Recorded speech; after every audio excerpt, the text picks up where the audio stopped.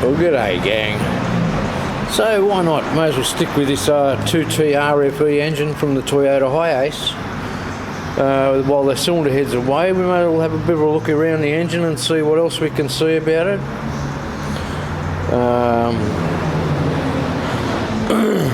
I think this is overheated. I think we came up with an overheat situation at one point in the chit chats, and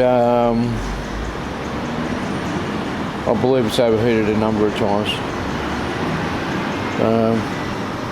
When you look in here, you can see there's quite a few vertical lines going around the bore.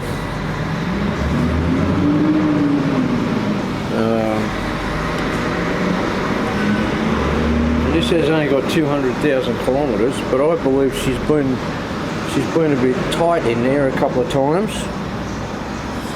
And I think we're going to have some piston rings that are just about seen their tour of duty. So what about we pull a piston out, we check, we'll check the piston rings, we'll check the piston, we'll check the conrod bearings, we'll check the main bearings. Look, it's going to get the full lick before it goes back, I'm telling you now. So it'll be like a brand new engine when it goes back. If it needs new pistons, it'll get new pistons. If not, the pistons that are in it will go back with new rings. But we'll see what happens. I'll turn her up and pull her apart a bit. So when we look in the bottom here, look, you notice it's got twin balance shafts, one up this side, one here. So this one will drive the twin balance shafts. Yes. But when you look around it, it doesn't look like it's been abused. It looks like it's kept service. You know, when you look around under the pistons, looks, you know, pretty fair shape. I think she's gotten hot a couple of times, and I think what might have happened is that might be what's created the valves to. Maybe it got a big ping too. I don't know, but I think what's happened is it's probably gotten hot enough. It might have been, I don't know. We don't know, but it's definitely been hot. It's definitely been hot. We'll whip this one out here. Okay, let's have a look. Well, that resistance to come off, it gives me a good feeling that the bearing is nice on the crank. It's actually even, we'll fish that out. It's actually stayed on the rod, on the journal. Piston's not too hard to go down.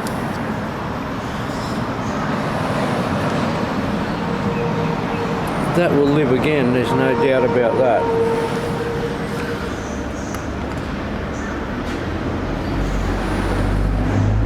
Okay, hang on, I need two hands here. Okay, well there it is. When you look down in her,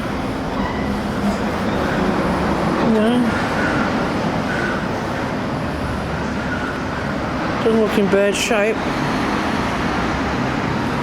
But she's certainly gotten some wear down around here.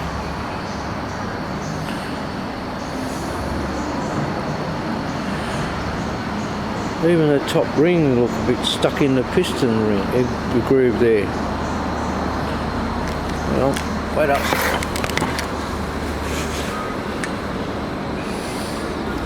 Yeah, they're in there. They're in there. It's like a gapless ring.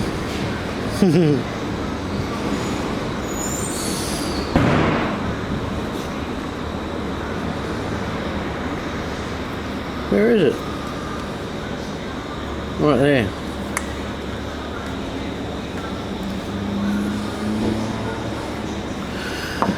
you see it? Oh, there. She's stuck. They're all stuck. Not so much oil ring. It's got a little bit in it, but the top and bottom. Oh no, yep, top and bottom rings. Compression rings. Gone. Okay. I'm going to give it a home, but first I've got to take that oil squirter out of there, otherwise we'll knock that to pieces. Turn it up. I'll run the hone through it for a little bit. We'll see how she goes. I'm not going to get into the debates and the controversial, you know, what to use when you do.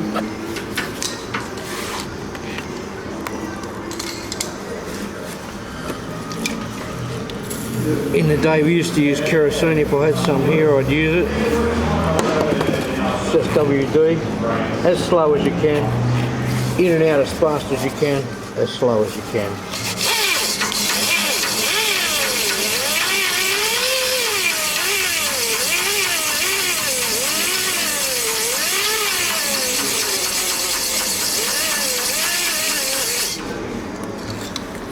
That wasn't much. It's a 150 stone or something like that, I think. That'll wipe out. Probably need to go again, I would say. Oh. There you go. Didn't take much, did it? Hey? That's all you want. That's all you want. I might give it another quick spin. But it should be alright. It should be good. That's fine. That's fine. No chance of getting the crank. We've got it turned sideways there. And as notice I've got the journal at the top. It saves any muck that comes down at the bottom here dropping straight on the journal. So, yep. Repeat again. A few more to go, eh? And there we go. Just like brand new. Now condition of the it's the only one that actually had a ring that was loose.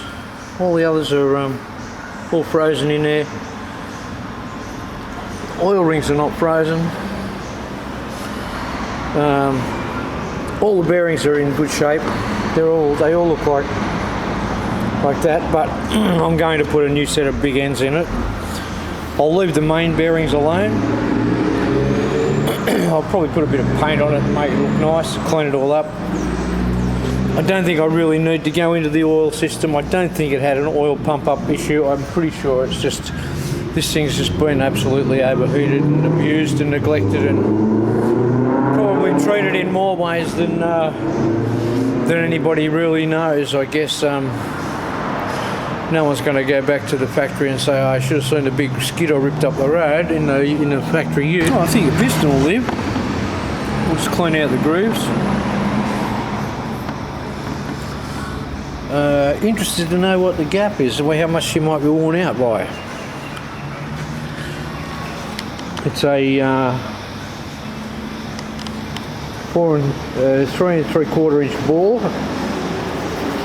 I know it's pretty strange for me to use the imperial measures, but my head works old school when it comes to these things. So normally at 4 thousandths, the rule of thumb, 4 thousandths per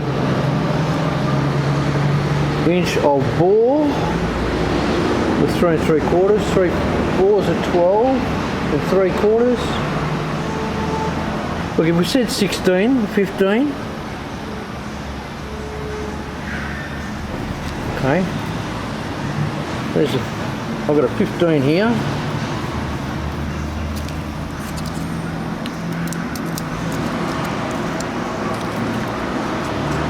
Yep, she's in. It's a 15. I actually think it's going to be on the money, this thing. That's a 16. And that's snug, nice.